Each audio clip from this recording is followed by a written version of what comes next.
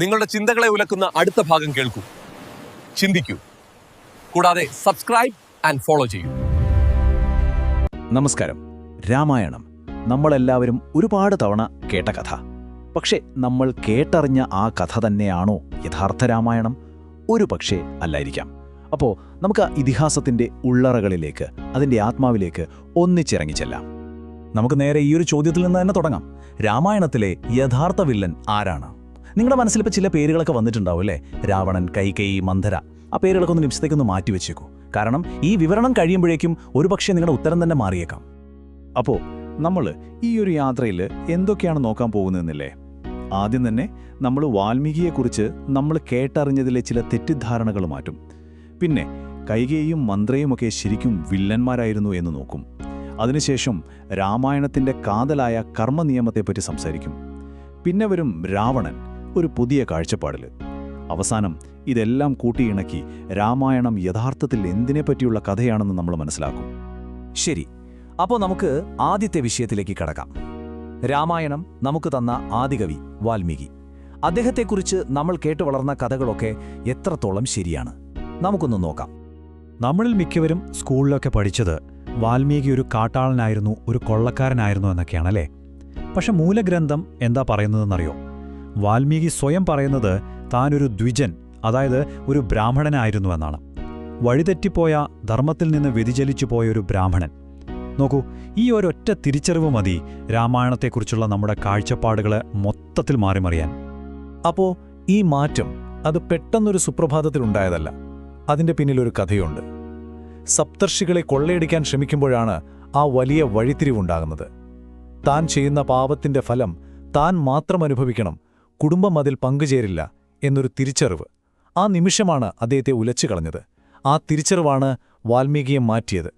ആ കർമ്മമെന്ന ആശയം അദ്ദേഹത്തിൻ്റെ ജീവിതത്തിൻ്റെയും പിന്നീട് അദ്ദേഹം എഴുതിയ രാമായണത്തിൻ്റെയും ആത്മാവായി മാറി. അപ്പോൾ വാൽമീകിയുടെ കാര്യം നമ്മൾ കണ്ടു.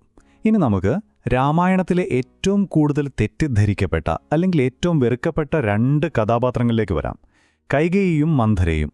ശരിക്കും അവർ വില്ലത്തികളായിരുന്നോ, അതോ മറ്റെന്തെങ്കിലും വലിയൊരു കളിയുടെ ഭാഗമായിരുന്നോ അവർ?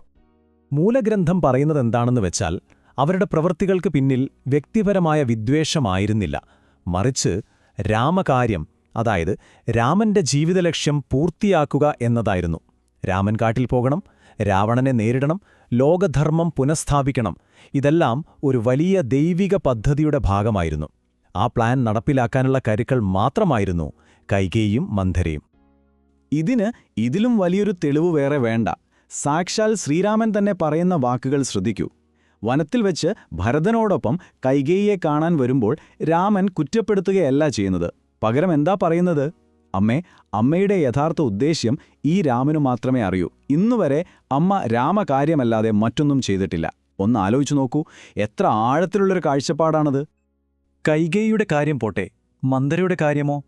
അവരും സ്വന്തം ഇഷ്ടപ്രകാരമല്ല പ്രവർത്തിച്ചത് എന്നാണ് ഗ്രന്ഥം പറയുന്നത്. സാക്ഷാൽ സരസ്വതി ദേവി തന്നെ മന്ധരയുടെ നാവിൽ വന്നിരുന്ന് ആ ദൈവിക പദ്ധതിക്ക് വേണ്ട കാര്യങ്ങൾ പറയിപ്പിച്ചുവെന്ന്. അങ്ങനെയെങ്കിൽ നമ്മൾ ആരെയാണ് കുറ്റം പറയേണ്ടത്? ശരിക്കും ചിന്തിക്കേണ്ട ഒരു കാര്യമാണത്. അപ്പോൾ നമ്മൾ കഥാപാത്രങ്ങളെപ്പറ്റി സംസാരിച്ചു. ഇനി നമുക്ക് ഈ ഇതിഹാസത്തെ മുഴുവൻ മുന്നോട്ട് കൊണ്ടുപോകുന്ന ആ അടിസ്ഥാന തത്വത്തിലേക്ക് വരാം. അതാണ് കർമ്മനിയമം. ഇതാണ് രാമായണത്തിൻ്റെ ആണിക്കല്ല് എന്ന് പറയാം. താൻ നിരന്തരം ചെയ്യുന്ന കർമ്മങ്ങൾ താൻ അനുഭവിച്ചിടുക എന്നേ വരൂ. അതായത് നമ്മൾ ചെയ്യുന്ന കർമ്മങ്ങളുടെ ഫലം നമ്മൾ തന്നെ അനുഭവിക്കണം, മറ്റാർക്കും അതിൽ പങ്കില്ല. ഈ ഒരൊറ്റ സത്യം, ഇത് മനസ്സിലാക്കുന്നതും മനസ്സിലാക്കാത്തതും തമ്മിലാണ് ജീവിതത്തിലെ സമാധാനവും ദുഃഖവും തമ്മിലുള്ള വ്യത്യാസം കിടക്കുന്നത്. ഇത് ശരിക്കും രാമായണത്തിലെ ഓരോ കഥാപാത്രത്തെയും നോക്കിയാൽ നമുക്ക് മനസ്സിലാകും. ആരാണോ ഈ കർമ്മനിയമത്തെ അംഗീകരിച്ച് മുന്നോട്ടു പോകുന്നത്, അവർക്ക് ദുഃഖത്തെ അതിജീവിക്കാൻ കഴിയുന്നുണ്ട്. എന്നാൽ അല്ലാത്തവരോ, അവർ ആ ദുഃഖത്തിൻ്റെ ചുഴിയിൽപ്പെട്ടുഴലുകയാണ്.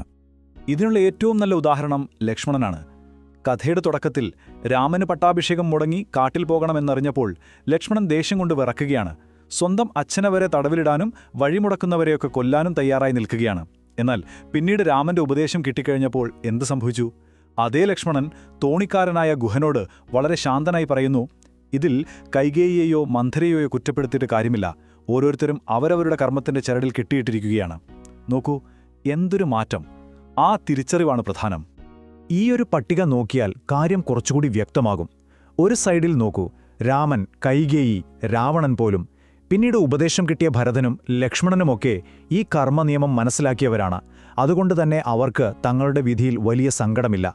എന്നാൽ മറുവശത്തോ ദശരഥനും കൗസല്യയും, അവർക്ക് ഈ സത്യം ഉൾക്കൊള്ളാൻ കഴിയുന്നില്ല.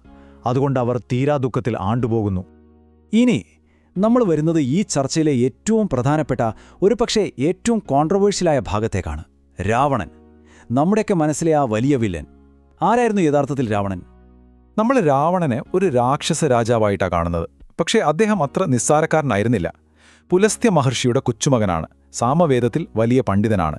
സമ്പത്തിന്റെ ദേവനായ കുബേരന്റെ സഹോദരനാണ്. എല്ലാത്തിനുമുപരി തന്റെ മുന്നിൽ നിൽക്കുന്ന രാമൻ സാക്ഷാൽ വിഷ്ണുവിന്റെ അവതാരമാണ് എന്ന് രാവണന് നല്ല ബോധ്യമുണ്ടായിരുന്നു. അപ്പോൾ ഇത് വെളുമൊരു തട്ടിക്കൊണ്ടുപോകലിന്റെയും യുദ്ധത്തിന്റെയും കഥയല്ല, അതിനപ്പുറം എന്തൊക്കെയോ ഉണ്ട്. ഇനി കേൾക്കാൻ പോകുന്നത് ഒരുപക്ഷെ നിങ്ങളെ ഞെട്ടിച്ചേക്കാം. സീതയെ രാവണന്റെ കയ്യിൽ നിന്ന് രക്ഷിച്ചതിനു ശേഷം രാമൻ പറയുന്ന വാക്കുകളാണിത്. സീതേ, നിനക്ക് എവിടെ വേണമെങ്കിലും പോകാം, എനിക്കിനി നിന്നെ ആവശ്യമില്ല. നേത്രരോഗിക്ക് ദീപം പോലെ നീ എനിക്ക് കാണാൻ വയ്യാത്തവളാണ്. ഒരു ഭർത്താവും ഭാര്യയോടും പറയാൻ പാടില്ലാത്ത വാക്കുകൾ, അല്ലേ? എന്തിനായിരിക്കും രാമൻ ഇത്ര ക്രൂരമായി സംസാരിച്ചത്? ഇതൊരു ഭർത്താവിന്റെ ഈഗോയാണോ? അതോ നമ്മൾ കാണാത്ത മറ്റെന്തെങ്കിലും അർത്ഥം അതിനുണ്ടോ? അവിടെയാണ് ആ നേത്രരോഗിക്ക് ദീപം എന്ന പ്രയോഗത്തിന്റെ പ്രസക്തി. ഒന്ന് ചിന്തിച്ചു നോക്കൂ. മഞ്ഞപ്പിത്തം വന്ന ഒരാൾക്ക് വെള്ള നിറത്തിലുള്ള ശംഖ് മഞ്ഞയായിട്ടേ കാണാൻ പറ്റൂ. അത് ശംഖിന്റെ കുഴപ്പമാണോ? അല്ല, കണ്ണിന്റെ രോഗമാണ്. അതുപോലെ ലോകരുടെ കണ്ണിൽ സംശയത്തിന്റെയും ആഗ്രഹങ്ങളുടെയും രോഗം ബാധിച്ചിരിക്കുന്നു. ആ കണ്ണുകൾക്ക് സീതയുടെ പരിശുദ്ധിയാകുന്ന പ്രകാശം കാണാൻ കഴിയില്ല.